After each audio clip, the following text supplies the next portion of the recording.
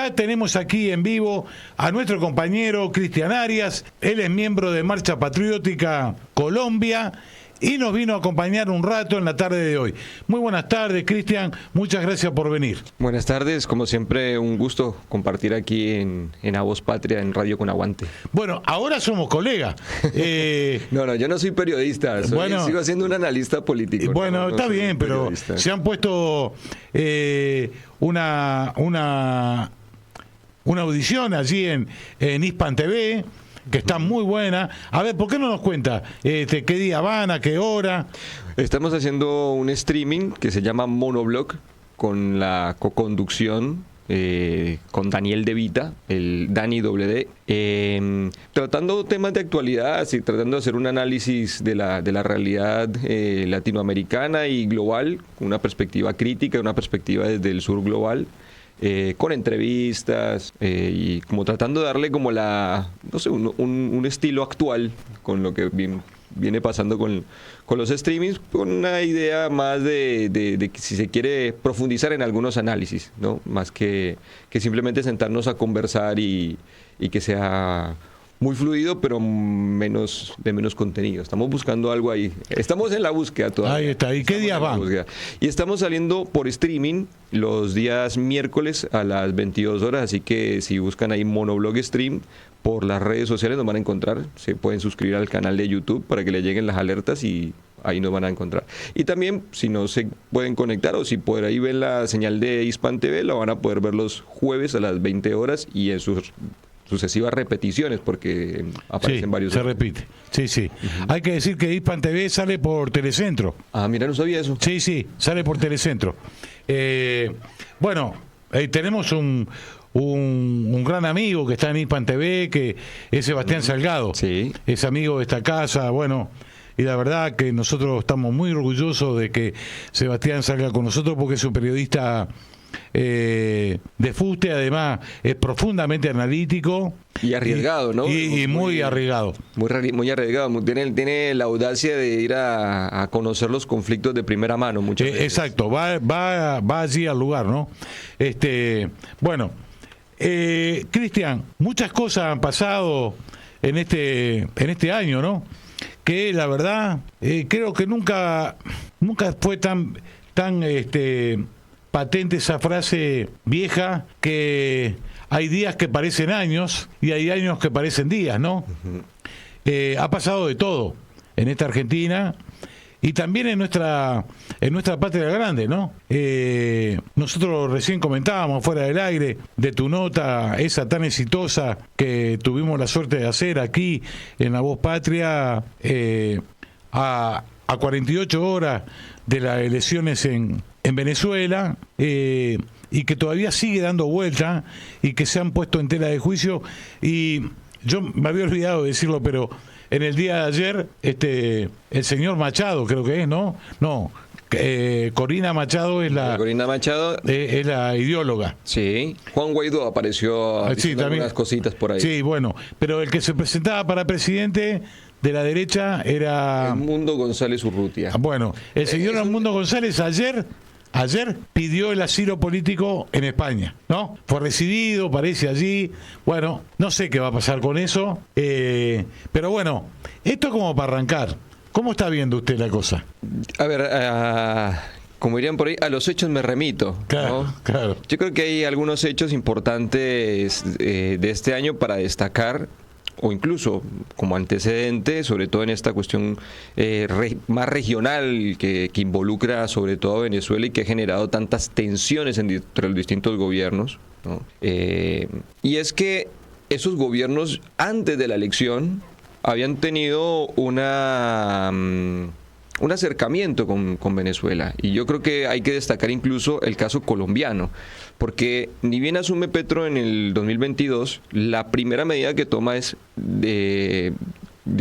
abrir las fronteras, ¿no? Volver a conectarse con Venezuela, volver a una fluida relación binacional, de pueblos hermanos, ¿no? Que vuelvan el Orinoco y el Magdalena a abrazarse, como una cosa medio épica que buscó también incluso en ese mismo sentido Petro, pero que en los hechos tenía una reactivación económica muy importante para ambos países, e incluso uno diría hasta más importante aún para la burguesía colombiana, ¿no? Que había perdido un enorme mercado con los alineamientos más bien ideológicos de los gobiernos anteriores y de cancillerías que, a mi modo de ver, tenían una poca originalidad en el desarrollo de la política exterior, ¿no? Digo originalidad porque no tenía ninguna audacia, no tenía ninguna propuesta, simplemente era el remedio de lo que históricamente ha tenido, digamos, lo que ha sido ese rol colaboracionista del imperialismo, de una élite colombiana que ha sido siempre más bien pro-yanqui, para ser muy, muy concreto. Entonces, ver que eso se trastoca genera también un clima de apertura, generó un nuevo clima de expectativas para qué sé yo, la comunidad regional y la comunidad venezolana en particular. Digo, no solamente la que está viviendo en Venezuela, sino también parte de su migración. Entonces, eso es un antecedente que no hay que soslayar porque eso le brindó un nuevo escenario para Venezuela, un escenario de fortalecimiento, de demostración de una capacidad de adaptación en un escenario de crisis que convirtió una economía asediada por bloqueos, ¿no?, unilaterales e ilegales en el marco del derecho internacional. Estados Unidos no tiene en el marco del derecho internacional ninguna potestad para aplicar de manera unilateral esas sanciones. De hecho, existen mecanismos multilaterales a través de la OMC y a través de otras instancias que se han ido creando desde la creación misma de la Organización de Naciones Unidas. A ninguna de esas recurrió a Estados Unidos para sancionar a Venezuela, sino que lo hizo de manera caprichosa, unilateral y de algún modo con la predominancia y la soberbia de quien se cree todavía una especie de policía del mundo. 950 sanciones directas. Sí. Bueno, esas sanciones causaron un deterioro visible de las condiciones materiales de vida de la población venezolana.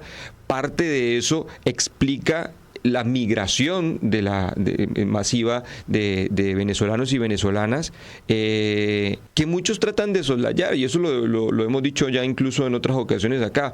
Pareciera ser que simplemente ha sido un mal gobierno, ¿no?, el que produce la migración, y no que hay unos factores geopolíticos que intervienen ahí. Por supuesto que pueden haber agendas nacionales o locales, pero no podemos dejar de observar cuáles son los intereses generales que hay por sobre una nación como Venezuela. Y yo le diría, comparativamente uno podría ver el caso Siria como una especie de espejo de lo que ha sido esto. Y en ambos casos, múltiples analistas coincidimos en que aquí lo que se ha implementado es una estrategia de guerra no convencional, ¿no?, mecanismos híbridos de agresión y de hostilidad a estos pueblos para generar otro tipo, una desestabilización que les permitan, a fin de cuentas, o colocar nuevas fichas o tener un caos ordenado que de todos modos les permita volver a entrar y tomar control de los recursos estratégicos. Digo, Siria desde el 2011 viene experimentando ese tipo de asedios, y Venezuela desde el 2015. Claro. Entonces,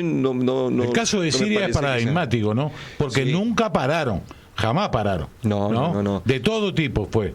Sanciones económicas, guerrilla adentro, terrorismo, ¿no? Bueno, sí, ahora otros factores, digamos, distintos a los que puedan, digámoslo, instigarse en América Latina, porque está la presencia de los grupos islamistas radicales, está la presencia de otros intereses subregionales, como es el caso de Turquía, que quiere rememorar ese viejo imperio otomano, ¿no? Terrible, y tenemos a Israel, la entidad sionista, que vuelve a querer llevar a cabo su proyecto de Gran Israel, y extenderse hacia los altos del Golán, ¿no? Volver a ocupar, o mejor dicho, ocupar nuevos territorios, ya en este caso de Siria y el Líbano. Bueno, entonces yo creo que ahí se han ido combinando otros factores, pero que en Venezuela también hemos visto con las características de América Latina un proceso de asedio similar. Entonces, ese aislamiento me parece que fue superado y que se encontró en el contexto de una nueva elección donde se ponía en juego la posibilidad de una continuidad del proyecto bolivariano. Digamos, se encontró la posibilidad de armar una nueva cortina de humo con una especie de denuncia de fraude, construyendo una especie de fraude paralelo, porque en realidad lo que ha ocurrido es eso, ¿no? Se hizo un fraude por fuera del sistema electoral, ¿no? Digo, el grupo dirigido por María Corina Machado, que monta una página web, que escanea supuestamente actas y hace todo, bueno, organizan de manera muy sistemática, muy juiciosa, eso hay que reconocerlo, eso no lo hicieron en un par de horas, eso lleva mucho tiempo y aparte requiere lo hicieron especialistas, mucho dinero. Especialistas, claro. Por supuesto. Claro. Especialistas de múltiples, de todo tipo. Digo, hay gente que tiene que haber aplicado prospectiva, hay gente que tiene un conocimiento de informática avanzado y es válido, digamos, son los recursos que pueden utilizar. Ahora, lo que no podemos permitir es que eso que está en paralelo se nos venda como la verdad cuando adentro del país estos mismos personajes lo que han hecho es hostigar, incitar a golpes de Estado, incitar a intervenciones militares desde afuera. Me parece que ahí es donde a veces se pierde de vista que hay una disputa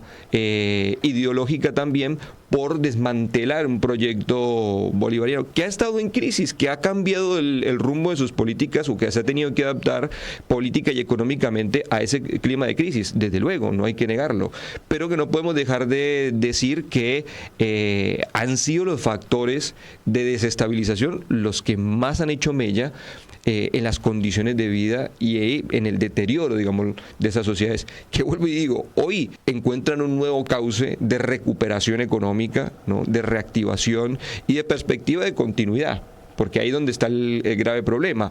Hoy María Corina Machado no encuentra anclaje popular para tener grandes movilizaciones, para tener una especie de legitimidad que le permita decir, bueno, acá yo tengo un pueblo que me acompaña. No, porque las movilizaciones siguen siendo bastante magras, ¿no? En favor de estos grupos, y tienen un personaje que vuelvo a decirlo otra vez, ¿no? Al Chirolita, ¿no? Este señor Edmundo González, que era un personaje ignoto para la política venezolana, o sea, es un tipo que encontraron por ahí, que se prestó para esto, lo instrumentaron, lo utilizaron como un títere y que después no encontraron, digámoslo, el éxito de su operación. Un tipo que éticamente deja mucho que desear, ¿no?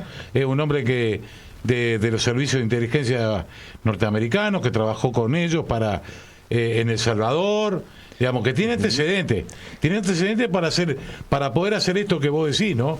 Que yo concuerdo plenamente que hayan podido hacer esto.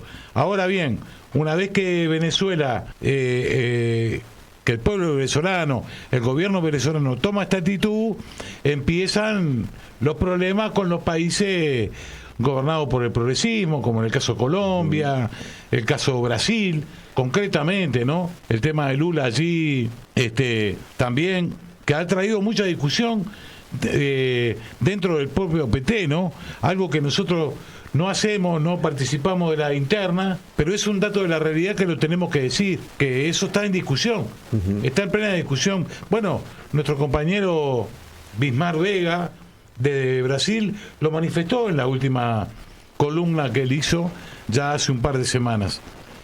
¿Vos cómo lo estás viendo esto? ¿Cómo ves esta situación que se está dando?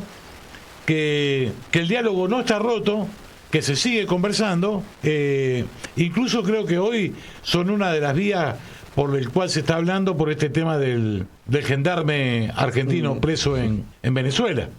Mira, yo pienso que hay una línea más retórica dentro de todo esto, ¿no? Y que tiene que ver con los cálculos políticos internos o nacionales. Y después hay otra agenda más bilateral de estados. Y en ese sentido, por ejemplo, Colombia ha dejado claro que no va a retroceder en la política de apertura que tuvo, ¿no? Independientemente de cómo resuelva el pueblo venezolano el sistema político que va a llevar adelante. Es decir, no se ha puesto en el rol de yo tengo que ser el policía que juzgue si está bien o está mal el régimen político que se va a instituir, ¿no? Si hay algo que denunciar, supongo que lo denunciarán, seguramente. Pero vamos a poder observar casos comparativamente. Como Petro denunció vehementemente que en Perú se estaba cometiendo una transgresión al derecho y al Estado de Derecho al apresar a el profe Pedro Castillo, ¿no? Claro. Presidente legítimo del Perú, ¿no? Eso lo denunció y no se rompieron relaciones definitivas con Perú. Ha tenido manifestaciones de desacuerdo, por ejemplo, con el gobierno de Daniel Noboa de Ecuador, ¿no? Un personaje que está quizá más próximo a Donald Trump y está entre medio entre Milei y Trump, para poderlo ubicarlo en algún lugar. Ahora podemos incluso dar algunos datos de las características más recientes de esa política de subordinación ecuatoriana. Pero en cambio Colombia tenía una política de solidaridad. Ecuador está viviendo una situación de crisis climática que ha redundado en una crisis energética, y Colombia lo que ha hecho es poner a disposición su capacidad de producción energética para abastecer a unas zonas del país hermano. Entonces yo creo que ahí es donde uno puede observar que independientemente de algunas diferencias que puedan tener de interpretación de los hechos o incluso de los discursos que necesiten algunos de esos gobernantes para sostener la legitimidad interna y mantener incluso el orden interno de sus fuerzas políticas, porque también hablamos en algún momento acá, dentro del pacto histórico hay una heterogeneidad de miradas, exacto, ¿no? Y hay también unas presiones internas, ¿no? Hay un frente interno para Petro que tiene, por supuesto, la oposición, pero también tiene parte de sus propias fuerzas sociales que no comprenden a fondo lo que ha pasado en Venezuela y que reciben un bombardeo mediático que le llaman a reclamarle al presidente, bueno, ¿y acá qué posición se va a tener sobre Venezuela? Bueno, ese frente interno lo tiene que saber administrar. Entonces yo creo que ahí hay un juego de equilibrios muy difícil.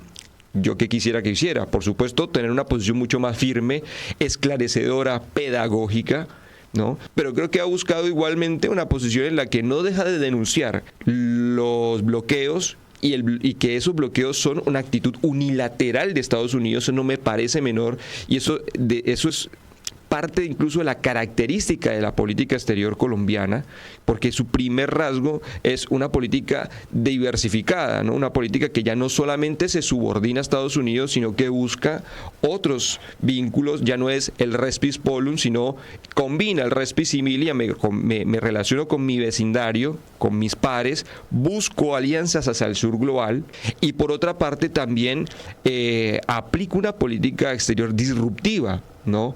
Propongo agendas regionales y agendas globales por la paz, la crisis climática, por no intervención en los conflictos de Europa del Este y contra el genocidio. Yo creo que esa es una actitud más desafiante, ¿no? Entonces, frente a esa actitud desafiante de esa política exterior colombiana, yo creo que el mantener ese eje de decir, bueno, acá Estados Unidos tiene una responsabilidad no solamente en el deterioro de las condiciones económicas en Venezuela, sino de las consecuencias de las que después se queja, claro, ¿no? Claro. Porque después que tenemos una migración que pasa por Colombia, que va hacia Centroamérica a través del tapón del Darién, y que termina después intensificando políticas migratorias en esa frontera norte, ¿no? En Guatemala y en México. Porque ahora, por ejemplo, para poner un dato así más en la mesa, muchos colombianos se vienen quejando hace años de que van a México y reciben un trato hostil.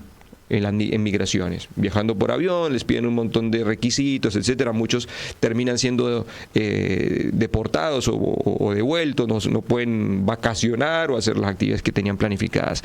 Bueno, lo que ocurre es que ahí hay una penetración muy fuerte de Estados Unidos, una presión muy fuerte de Estados Unidos para tratar de controlar ese flujo migratorio. Por supuesto que México es una nación soberana e intenta tener independencia plena, pero no podemos dejar de decir el viejo dicho, ¿no? Pobre México, tan lejos de Dios y tan cerca de los Estados Unidos, y estas son las consecuencias.